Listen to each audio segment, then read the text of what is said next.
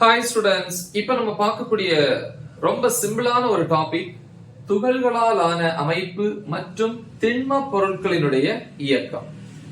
So இந்த அலகினுடைய அல்லது இந்த பாடத்தினுடைய அறிமுக பகுதி இன்ட்ரோடக்ஷன் தான் பார்க்க போறோம். இன்ட்ரோடக்ஷன்ங்கிறது ஒவ்வொரு அலகுக்கும் முதல்ல கொடுத்திருப்பாங்க இல்லையா, ரொம்ப ரொம்ப முக்கியம்.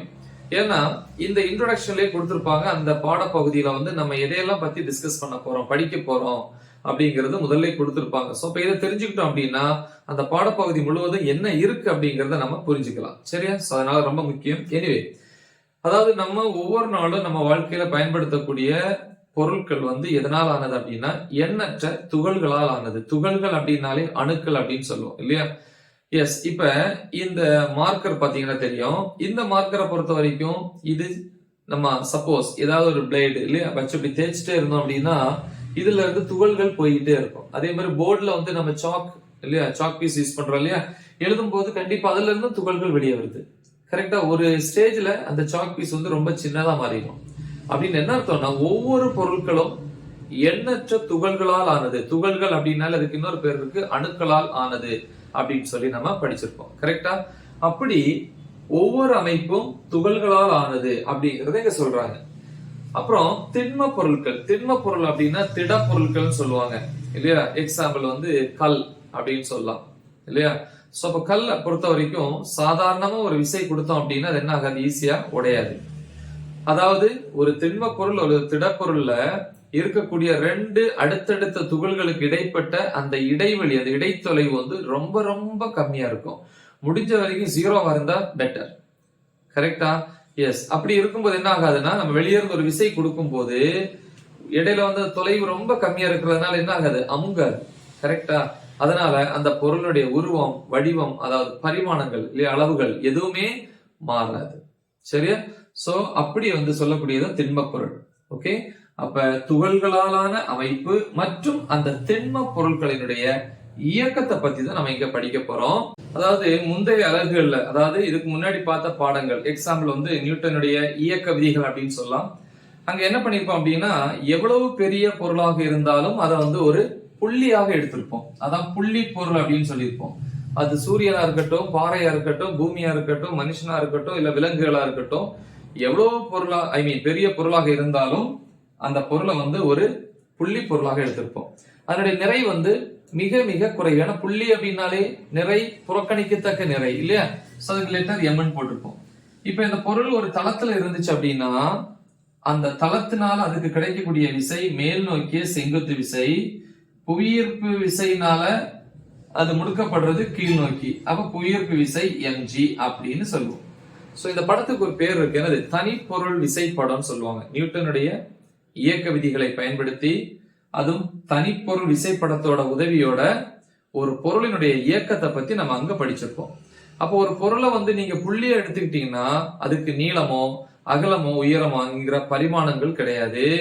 அதே மாதிரி நிறை மிக மிக, அதாவது புறக்கணிக்கத்தக்க நிறை, உருவமோ வடிவமோ கிடையாது. அந்த மாதிரிதான் நம்ம எடுத்துக்கணும். ஏன்னா புள்ளி இல்லையா? ரைட்? ஓகே. ஆனா இந்த அலகை பொறுத்த வரைக்கும் நம்ம எந்த ஒரு பொருளையும் புள்ளியாக நம்ம எடுத்துக்க போறதில்லை. அந்த பொருளுக்கு தேவையான உருவம், வடிவம், பரிமாணம் எல்லா முக்கியத்துவம் கொடுக்க போறோம். பொருளை பொருளாவே எடுத்துக்க போறோம். கரெக்டா? எஸ். அப்ப ஒரு பொருள் அப்படின்னு வச்சுக்கோங்க. ஒரு பொருள் அப்படின்னா கண்டிப்பா எண்ணற்ற துகள்களால் ஆனது அப்படின்னு சொல்லுவீங்க. சோ நிறைய துகள்கள் இந்த மாதிரி இருக்கும். சோ இந்த மாதிரி நிறைய துகள்கள் இருக்கும். துகள்களினுடைய நெருக்கம் பாத்தீங்கன்னா இந்த கேப் குறைஞ்சுக்கிட்டே வரணும். அப்பதான் அந்த பொருளை நல்ல ஒரு திண்ம பொருள் அல்லது திடப்பொருள் அப்படின்னு நம்ம சொல்லலாம். சரி, அப்ப போன அலகுல பொருட்களை ஒரு புள்ளி பொருள், புள்ளி நிறைய எடுத்திருப்போம். அப்ப இந்த அலகுல பொருளுக்கு என்னெல்லாம் இருக்கு, பரிமாணம் இருக்கு, உருவ வடிவங்கள் எல்லாமே இருக்கு. ஓகே. ஆனா இந்த இடத்துல நம்ம இன்னொரு கருத்தை நம்ம எடுத்துக்க போறோம். அங்க புள்ளி நிறைங்கிற மாதிரி இங்க நிறை மையம் அப்படின்னு ஒரு வார்த்தையை நம்ம எடுத்துப்போம். நிறை மையம், மைய நிறைன்னு சொல்லலாம். நிறை மையம் இங்கிலீஷ்ல சென்டர் ஆஃப் மாஸ் அப்படின்னு சொல்லுவாங்க. வேற ஒண்ணு இல்ல. இந்த பொருளை பாருங்களேன், இது எப்படி இருக்கு பாக்குறதுக்கு ஒரு யூனிஃபார்மா, அதாவது சீரான வடிவம். சீரான வடிவத்துக்கு எடுத்துக்காட்டு வளையம், சர்க்கிள் சொல்லலாம். ஸ்பியர் இல்லையா, கோள வடிவ பொருளை சொல்லலாம், சதுரம் சொல்லலாம் இல்லையா, செவ்வகம். இதெல்லாம் பாத்தீங்கன்னா இந்த பாருங்க, ரெண்டு பக்கமும் துகள்களுடைய எண்ணிக்கை வந்து ஒரே மாதிரி இருக்கும். ஒவ்வொரு துகளுடைய நிறையும் வந்து பாத்தீங்கன்னா சீரா இருக்கிறதுனால சமமா இருக்கும். அப்ப இந்த சைடு 50%, இந்த சைடு 50%னா இந்த ரெண்டு சைடும் ஒரே மாதிரி பேலன்ஸ் ஆகுது. இந்த பொருள் மாதிரி கரெக்டா ஒரே மாதிரி ஷேப். அப்படி இருக்கும்போது என்ன ஆகும்னா இந்த பொருளினுடைய அல்லது இந்த மொத்த துகள்களினுடைய நிறையும் ஏதாவது ஒரு பொதுவான புள்ளியில வந்து குவியுமா. இப்ப பாத்தீங்கன்னா தெரியல பாருங்க, நான் இந்த மாதிரி பாத்தீங்களா பிடிச்சிருக்கேன். இப்ப இந்த இடத்துல எனக்கு பேலன்ஸா நிக்குது அப்படின்னு என்ன அர்த்தம், இந்த பொருளினுடைய அல்லது இதுல இருக்கிற மொத்த துகள்களுடைய நிறையும் ஒரு பொதுவான புள்ளியில குவிஞ்சிருக்கு இல்லையா, அந்த புள்ளிக்கு பேர் தான் நிறை மையம் அல்லது சென்டர் ஆஃப் மாஸ் சொல்லுவாங்க. இந்த கருத்தை வந்து நம்ம இந்த பாடப்பகுதி முழுவதும் எடுத்துட்டு வருவோம். சோ கரெக்டா பாத்துக்கோங்க. ஒருவேளை வந்து இந்த பொருள் வந்து இந்த மாதிரியான வடிவத்துல இருக்குன்னு வச்சுக்கோமே, இந்த மாதிரி வடிவம், அப்ப இந்த பக்கம் நிறைய துகள்கள் இருக்கும், இந்த பக்கம் துகள்கள் வந்து கம்மியா இருக்கும். ஆனா இடைவெளி எல்லாத்துக்குமே சேம் தான். அப்படி வரும்போது கண்டிப்பா அதனுடைய மையத்துல வந்து என்ன ஆகாது, மொத்த பொருளுடைய நிறையும் குவியாது. ஏன்னா இந்த பக்கம் அதிகமா இருக்கு, இந்த பக்கம் கம்மியா இருக்கு. அப்ப என்ன பண்ணணும், இந்த இடத்துல வர வேண்டியது, நடுவுல வர வேண்டிய அந்த மையம் கொஞ்சம் தள்ளி வரும், இந்த மாதிரி இடத்துல வரும். ரெண்டு பக்கமும் எந்த சைடுல, ஐ மீன் ரெண்டு பக்கம் இருக்கக்கூடிய நிறை வந்து சமமா இருக்கக்கூடிய புள்ளியில தான் அந்த நிறை மையம் இருக்கும். சோ இது வந்து நீங்க புரிஞ்சுக்கணும். இது சீரான வடிவம், இது சீரற்ற வடிவம். ஓகேவா?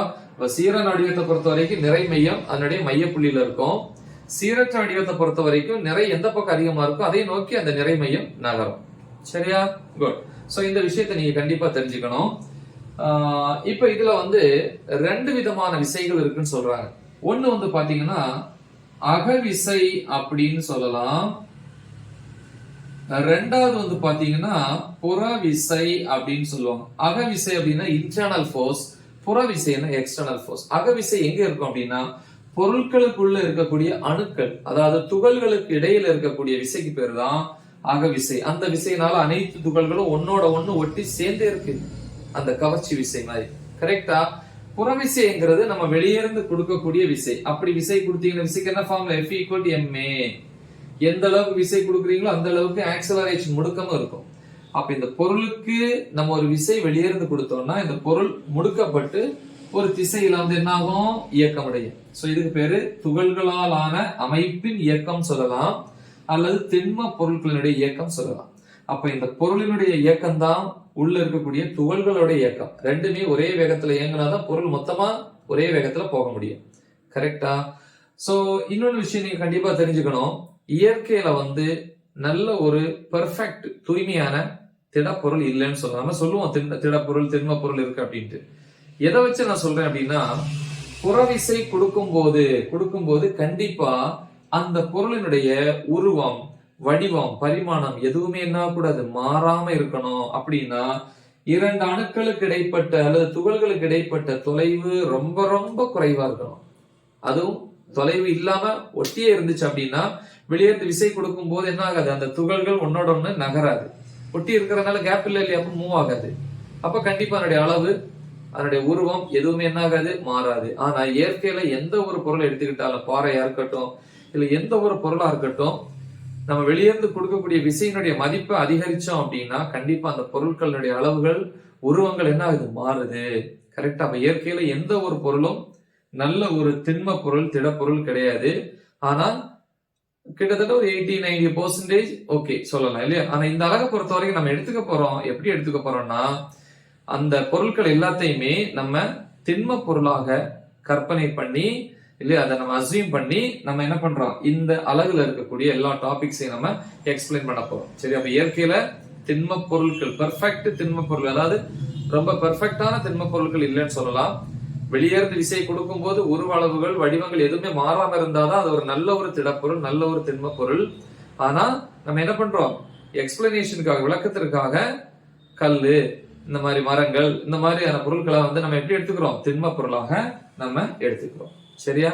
ஓகே. சோ இனி இந்த அலகுல வந்து மேற்கொண்டு அந்த துகள்களாலான பொருட்களுடைய அமைப்பு, அப்புறம் வந்து அதனுடைய இயக்கம், அந்த நேரங்கள்ல வந்து அது வெளிப்படுத்தக்கூடிய சிறப்பியல்புகள் என்னென்ன நடக்க போகுது அப்படிங்கிறத மேற்கொண்டு அடுத்து வரக்கூடிய பகுதிகளை நம்ம பார்க்கலாம். ரைட்? முக்கியமான ஒரு டாபிக் புரிஞ்சிருக்குன்னு நினைக்கிறேன். மறக்காம இது உங்க ஃப்ரெண்ட்ஸுக்கு ஷேர் பண்ணுங்க. All the best. தேங்க்யூ.